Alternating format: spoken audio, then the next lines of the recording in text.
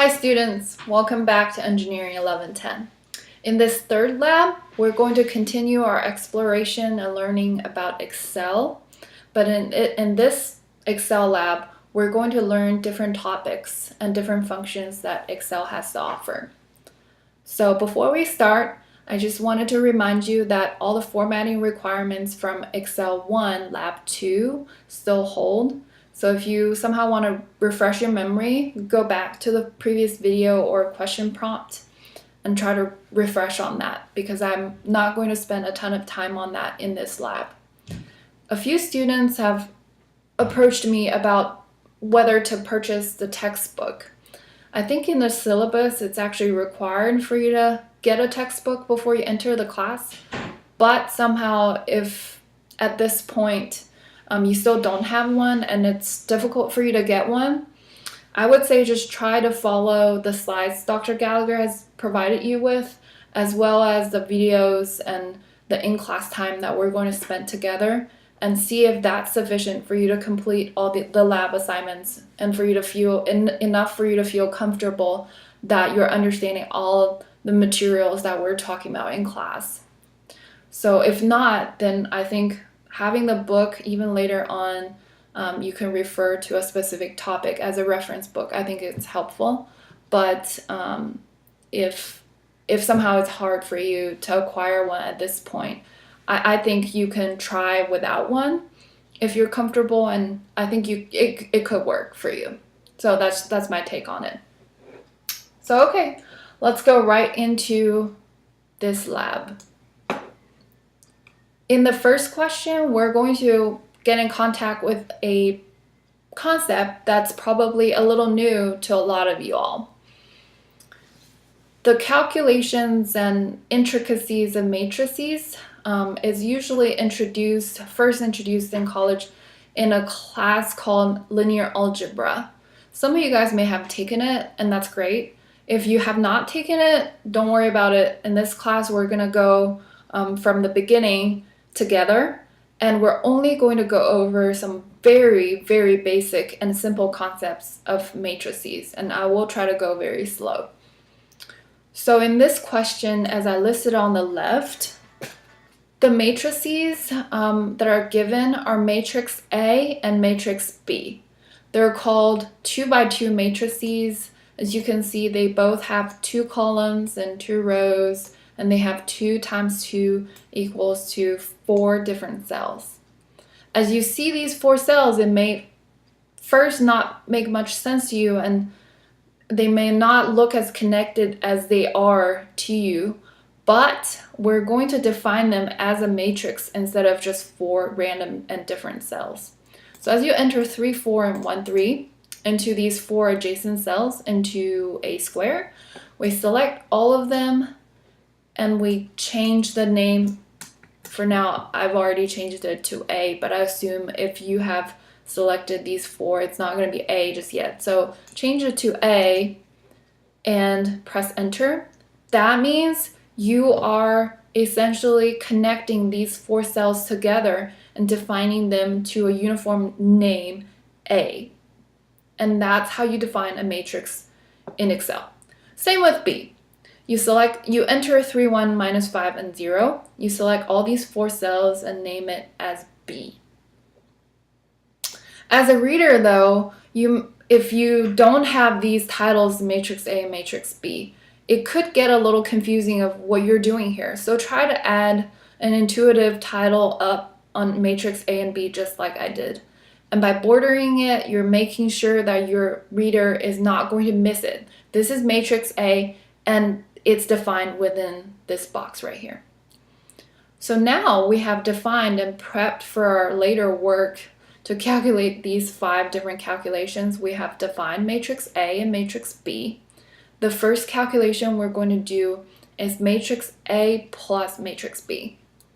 To judge if a matrix can be added with another one, it has to qualify one rule, is that the 2 matrices or several matrices that's going to be added together has to be of the same size. So of course matrix A and B are both 2 by 2 and they can be added together and subtracted together, no problem. But let's consider if there is a 3 by 3 matrix that's larger than this is. It's about this big. You want to add that to a 2 by 2 matrix.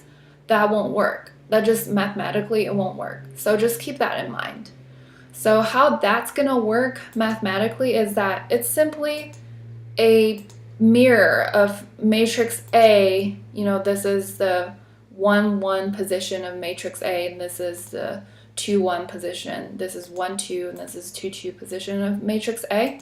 You just add the numbers from the same positions together and put it in this position as the addition of matrix A and B. It sounds a little weird, but let's do it together. So 3 plus 3 is 6. 1 plus minus 5 is minus 4. 4 plus 1 is 5. And 3 plus 0 is 3. So right here. So that's how we did it by hand. But let's imagine that if matrix A and B have extremely large and complicated numbers, now if you want to calculate it by hand, it could be a little hard. So Excel can come in handy right now in that case to alleviate some of the calculation pains. So here's how we do it. We of course get a box for the designated location for matrix plus A plus B, and then here is where I think matrix A plus B will land. So I select these 4 cells and press equal to what? Equal to A plus B, right? Remember, we've already defined these 4 cells as A. So I can either select it and do this. I just select these 2 and add them together. Instead of pressing enter, if you remember from Excel 1, how we get an answer for a function is that we always press enter after we have typed in the function. But for matrices, it's a little different. So after we have typed in our function, we just press Control, Shift, and enter on your keyboard, all at the same time. Now, it will give me the result of A plus B. If you simply press enter, I'll show you real quick. So of course you select the area equal to, you select A plus B. If I simply do an enter, it won't calculate for me. So it's incorrect. So let's do command. You know, if you have a Mac, it's Command Shift and return. If you have Windows, then it's Control Shift enter. So you do that, and that will work. Or you can do equal to, because we already defined A, and you can already see that named ranges, there's an A popped up. I can do a lowercase b or an uppercase B, it doesn't really matter. And then I do Control Shift and enter. It's the same thing. So you can select an area representing A, or you can type in A if you have named this correctly as A. So that's that. Transpose. So in order to define what's a transpose, I have an example here. So think of matrix B as a piece of paper, and you are flipping this piece of paper diagonally around this red dotted diagonal line. That's how visually a transpose is going to work. So let's go up there and see if it actually is working that way. So let's see matrix B. If you still can visualize it, there was a red dotted line diagonally like this, and we say that we're going to rotate this plane diagonally that way. So just think that it's twirling around that diagonal line. 3 and 0 are on the diagonal axis, so it's not going to change, so it's 3 and 0. For 1 and minus 5, because it has rotated, it flipped around, and minus 5 came over here and 1 came there. So if it somehow is just so mind-boggling and it's difficult for you to think that way, that's okay. And that's how Excel can help. You don't really have to, memorize, okay, is it turning this way or is it turning this way? It gets confusing. So let's just do it with Excel. So I define the area where my transposed B is going to land at, which is these 4 cells, and I enter equal to, I say transpose, and I select B, and I close it up, press Control, Shift, and Enter all at the same time, and here's transpose B, and it's guaranteed that you have done it right. So Excel has done it for you. Or of course you can do this, transpose, you can just write down B, because you have already defined B in this area. So as you typed in B, you can see that there's a slight blue, very, very thin blue line that's around these area, meaning that you're pointing at the right place. And then you do, again, Control, Shift, and Enter all at the same time. Transpose is done. So now we're moving on to determinant. Determinant is a number instead of a matrix. So that is different than the first 2 calculations we have done. So in the first 2 calculations, we have always defined this area as a matrix area. But for a determinant, you don't have to do that, because a determinant is a special number of a matrix that can be used in different types of calculations. So we're not going to go to the details of how we're going to use a determinant. Just remember it's a special number and it's not a matrix, and it's very useful. So how we're going to do it is you just select a cell. You can merge this cell to make it symmetrical and nice, and then press equal to, because it's asking for a determinant A, so you do M. You have to do an M first because it indicates that it's for a matrix. So you do M determ, meaning it's determinant. So M determ, remember that, because students usually trip up on that by omitting the M, and they won't get it right that way. So remember it's M determ, parenthesis, you can just type in A, close it up, and this time, because we're outputting a number instead of a matrix, we can simply press Enter. And that will say it's 5 for determinant A. You can add a label on top just to make sure that I understand you did determinant A in this cell right here. So for this cell, we're going to do, it's called a dot product of A times B. So you can look at it as A dot B, as if A times B. Sometimes we can say the product of 2 things, a dot product. So that's exactly what it is here. So you can multiply a matrix with another one, and it's called a dot product of 2 matrices.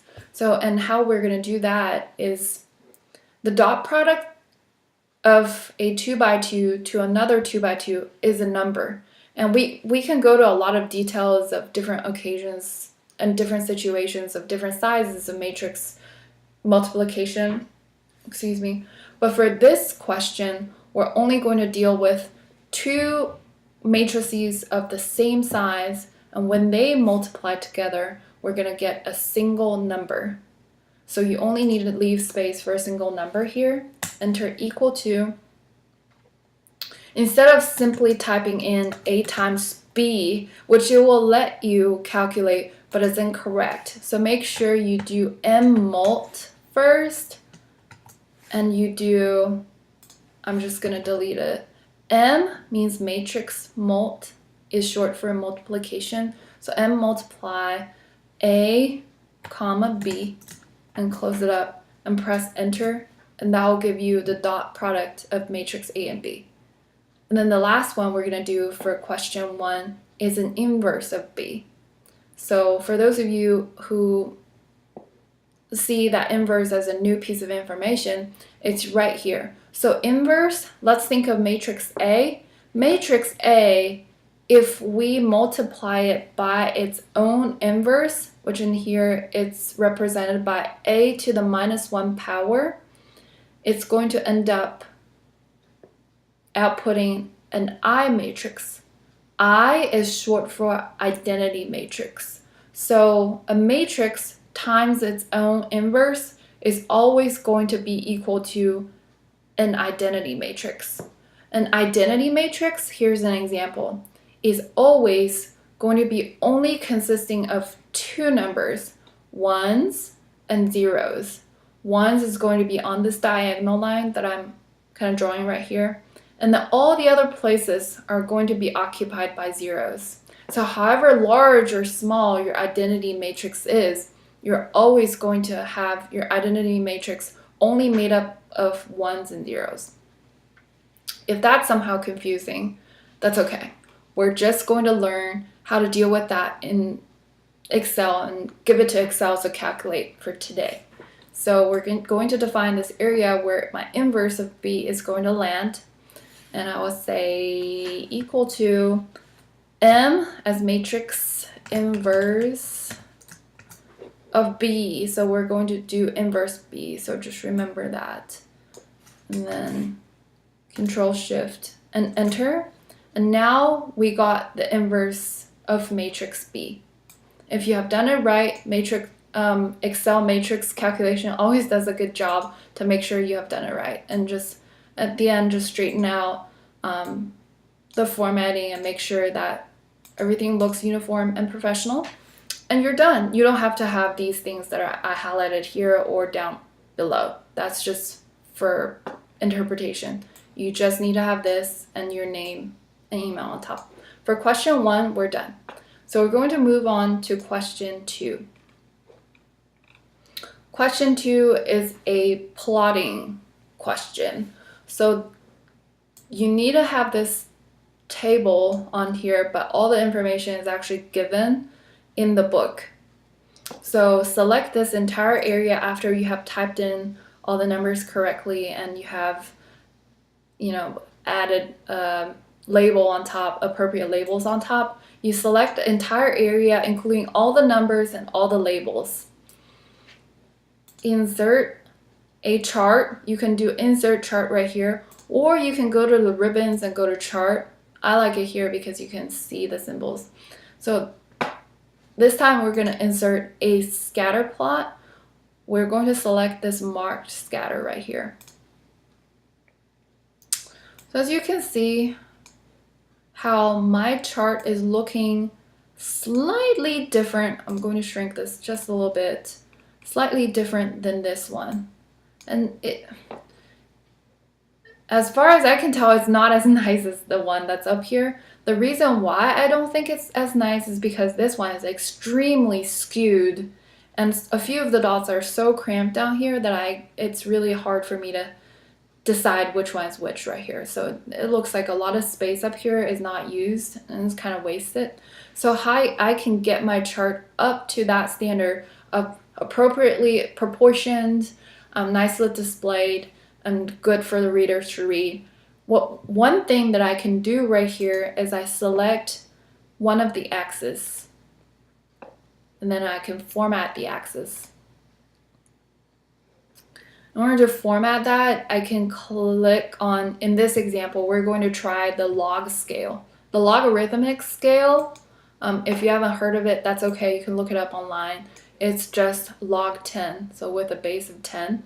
You click on that and you can immediately see it's kind of spaced out a little bit more and say okay. So now, I think this chart is almost looking just as nice as this one. So what we did is that we went and we clicked on the axis, we right-clicked on it, went to format axis, and then we clicked on the log scale and make sure that the base is 10 and we're all good for the first half of this question.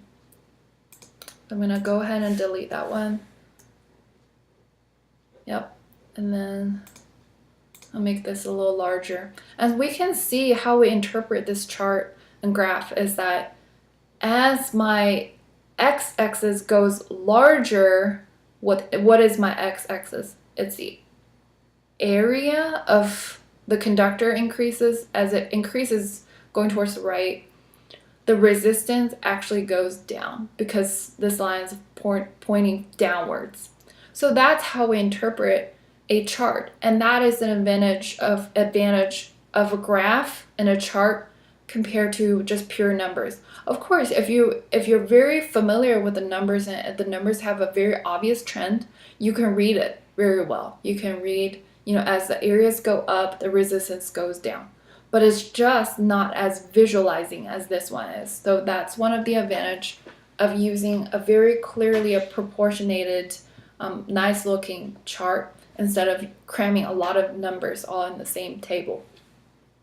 So this is required. You need to have interpretation of the chart indicating the relationship between area and resistance. So as the area goes up, resistance goes down.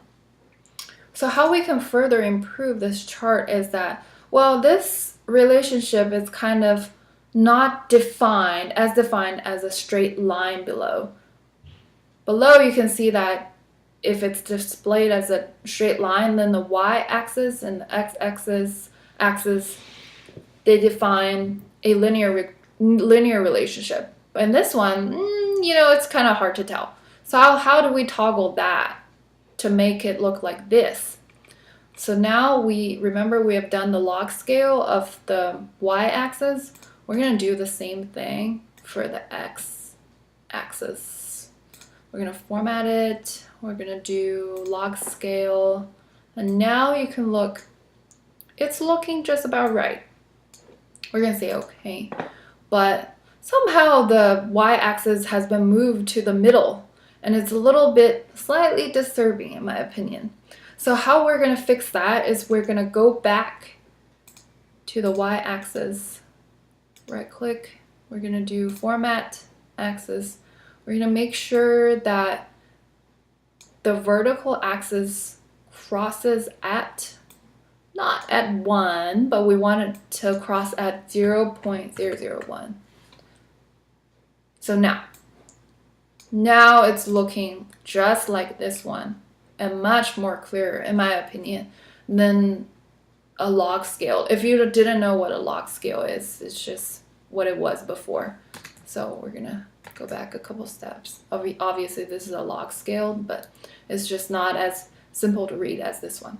So you're required to have this one exactly as it is in the book. This chart, as I have here, a line of interpretation, and another chart improved from this to that. So that's for problem 2. Problem 3, we have X column, which is given from 1 to 10. And then we have Fx, and I think the formula which I gave you right here is also in the book. So how we did it is just equal to exactly this formula, and then you use the fill handle to fill it all the way. So that's what we have talked about in Excel 1. So I won't spend a ton of time on that, but you do need to have this chart here in order to get to this. You need to have this table here to get to this chart. So we select the entire area of this table. This time we go to charts, and we will have another scatter plot. So this is a nice revisit of the scatter plot again, but as you can see, this one I have just freshly created is a little different than the other one. And how is this one somehow better than this one? In my opinion, it shows a clear trend by using this black line right here. That's called a trend line.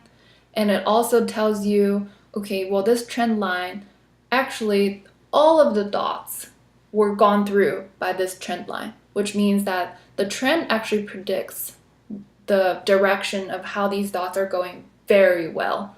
And then it also gave me an equation of this trend line, so it's very helpful. And it extended beyond the last dot that I have. I assume this is a period, so from period 0 to period 12, 10 actually, and then you can predict period 12, period 14, and 16 if you like to. But that's the benefit of having a trend line, but you have to be cautious when you use a trend line, is that sometimes we like to use what has happened in the past to predict what will happen in the future, and that could work sometimes. But we have to be cautious about, the further away where we go, we go to 100th period, and if we're still going with formula, it could very well be right, but it could also very well be wrong, because it has been so much disconnected with what's going on here that it's just really hard to extrapolate and predict what's going to happen way far down the road. But maybe the 12th period we can predict it's about here. The 14th, it's around here. I don't know. It really depends on how my 12 goes, maybe. And then, as you go further, your uncertainty is increasing. That's really one thing that I want to stress about using the trend line to forecast. But it could be useful sometimes. So how do we get from this to that? So we can right click and we can do add trend line, like right here. Well, this trend line isn't exactly looking like this, and it doesn't, only 2 of the dots are on this trend line. It's going up, but it's not exactly fitting, meaning that this trend line probably isn't as helpful and fitting. So we want to find a fitting one, like this one, not this one, not so much. Maybe not this one, but the logarithmic. It fits exactly, looks great. And on top of that, we can predict. We can do options, forecast forward. We can forward backwards, although it's not required, but we can try it. And we can forecast forward for 4 periods. I think that's what was asked out of this question. And we can try that. And are we done yet? Maybe not. Go back to format trend lines, and we can decide if we want to display the equation on the chart. Yes, we can. We can display different items, but we're going to select this for now. And we can move it around so it displays very nicely. And now I am done. I think mine looks exactly like this, very clear with the equation. I'm done with the chart. Don't forget though to describe how the trend line has matched your data points and how good is the fit. In my opinion, this fit is exactly the fit it should be. It's a great fit because the line has gone through all of the data points that I have for now. The equation should be an exact explanation of the original function. So as you can see, this equation right here is exactly that. So that's what I said in the second line. So just make sure you have these 2 interpretations to show me that, hey, I not only had created the chart on my own following the steps, but I also understood why we did things we did. So that's question 3. Moving on to question 4. In this question, we're introducing a couple different types of charts than scatter plot. So one, you must have seen it somewhere. It's called a pie chart. The other one, very intuitively, full of bars, so it's called the bar chart. So we're going to create them step by step. So first, I wanted to ask you if you know when to not use a pie chart. So if you search on the internet, which I have done here, so I will show you a few examples of bad pie charts. A few of my professors are very much against pie charts at certain occasions. So number 1 is this. You have so many slices that it's just becoming unhelpful. Like hard to decide which one is bigger, in these very tiny ones, and it's very confusing. Some of my professors really dislike the 3D pie chart because the proportion can be very misleading. This one looks overly large than as if it's a 2D. Some of the ones have slices that are either too many or they're too small to label, like this one. You're kind of drawing all over the place to label, and it's very difficult to read. So those are some things to not do with a pie chart. But this time we're purposefully creating all the slices to be about the same size, and there are not too many of them. So we're fine with this one. Just remember that pie chart don't always work. And of course, bar charts don't always work either. So for a pie chart, we're basically trying to say, okay, well, all of these departments work together as a whole pie, but each one of them have a slice. So it all represent the status of these departments all at the same time, while the bar chart not only can do that, can represent the status of different departments or different components of a whole at the same time, but more famously, bar charts can represent the status of different components, maybe of a pie, over different periods of time. So that is, bar chart sometimes gets used a lot in that category, but pie chart can't. Pie chart can only represent the current status of different slices of the pie. So how we're going to do it here is that we're going to select department budgets only for the department budget pie. So we're going to select the first two columns, go to pie. Conveniently, it's underneath charts. It looks exactly like a pie. And we select pie. Now, it looks great, except for it doesn't really tell me much about exactly how big these slices are. So I'm going to change it a little bit. I can add data labels. I can format the data labels to make it look exactly like what I have in mind. I can have the percentage like this. I can delete the values. I can say I want the labels to be inside, be outside, and I want it to be inside. You can show leader lines, you can choose not to, that which doesn't matter to me. As long as you have your percentages on the inside of the slices, they look decently sized. The coloring really doesn't matter. This one looks more, a little lighter. This one looks more vivid. It doesn't matter. You can have the chart title changed to a desired title. Just give my computer a minute. Yep. Okay, so it's a little unhappy about me clicking too many times. So let's go ahead and type department budget. Now, I'm gonna save it, and I'm good with the pie chart. So I'll leave it here for a little bit, and then we're going to work with the bar chart. This time we're going to select all three columns, including the labels on top. We're going to go to column instead of a bar. Somehow Macs, the MacBooks define a bar as a horizontal bar, but the vertical bar is column. But if you say bar chart, usually people understand what you're saying. So this time we're going to do a clustered column like this one. Once you're done with that, this is a simple step. Once you clicked it, it's exactly like what you wanted.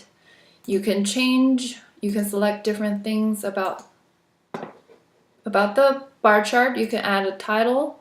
This one automatically says no title, but we actually want a title on top. So I'm going to do with this bigger one right here. So I will say,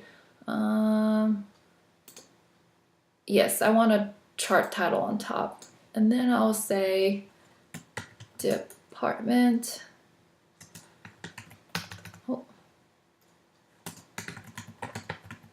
Department budget and expenses. So that the blue one is budget and red is expenses. So I'll go ahead and delete these two. And your question 4 should look just about like this. Okay, let's move on to question 5. This one, I apologize, I have a MacBook, so it somehow does not really allow me. It doesn't have an equation builder on MacBooks, so for those of you who would like to use MacBook in class, this is just a heads up. You can't really do it in Excel. But for those of you who are using Windows system or the computers that are right in the lab, you're fine. You are going to be able to find something on the ribbon that's just called equations, and you can go ahead and click on that. Luckily though, I was able to find a similar function in MacBook's Word. So I'll show you in Word, which is only for Mac users, and for Windows users, you can just go ahead, I'll show you really quick how to start with. So insert a text box, which is right here. And then just like this one, you can border it like that. And then you can just start typing using, there should be an equation tab right here, which you can select. And it's exactly the same as the MacBook's equations right here. So I'll show you. So Mac users, you go to Word and you click on insert. Let's see, an equation. Once you click on that, I'm not going to show you all of these, but I will just show a few symbols that students always have trouble replicating. So I'll show you a couple of them. So there are a lot of options here. So you can do, of course, fractions. You can do d over dx. And I believe, yeah, that's the first one. So fairly simple. And then I will insert another equation. This thing sometimes people have questions with. If you see on the question prompt, there is 3 integrals with a q on the bottom right here. So what we're going to select here, there are many options, but we're going to select integral with a box on the right, integral with a bunch of boxes. We're going to select this one. 3 integrals with a box on top and a box on the bottom. So in the bottom, it says Q, as you can see right here, and blah, blah, blah on the right. And on top, if you don't do anything, there is still a box here. And I will deduct points in here if you still have a dotted box, because I will tell you how to remedy for that. There's nothing really going on top of here, but if you click space, this big long space key on your keyboard, it will go away. And then as you click out, it will show exactly as how it is in this one. So that's integrals, and I will show you another one, which this one, lim. Underneath there's kind of like a double absolute symbol right here that students usually have questions with, so I'll do another one. Equation. Okay, so I'll delete that one and insert another one. And so what do we talk about? We said limit, so let's go ahead and select this one. That usually isn't a problem to find because it's right here. But for the bottom of it, some students would just do, // p //. It looks a little funky because these two lines are supposed to be very closely together, and they're not supposed to be, line. You're not supposed to type twice for that. So how you do that is inside this very small box, you go to bracket, and right here is what we're looking for. So going back, just in case you didn't see it, right here, it already has that double absolute sign for you. So you click on that. All you need to do is click this small box and say, oops, P in there. And you're all done for the limit. So of course I'll be walking around class to answer your spontaneous questions for that. But if you're using Mac, oh, I already exited out. But if you have created the equations on the Word document using your Mac, make sure that you copy and paste it back on your Excel sheet so it becomes a cohesive document, and you can only submit, at the end of your submission, you're submitting one document. You're submitting an Excel document that's named lab3 _ excel2 _ your last name. So if you have created the equations on a different sheet in Word, I want you to select all of them and paste it back to Excel and submit it. So, okay, we are done with all 5 questions, and hopefully you have grasped the gist of these 5 questions. If you have detailed questions, don't worry about it, bring it to lab. But otherwise, I'll see you in lab, and all the quiz questions for quiz 2 I've gone over. So if you're in doubt, just watch it again. Thanks.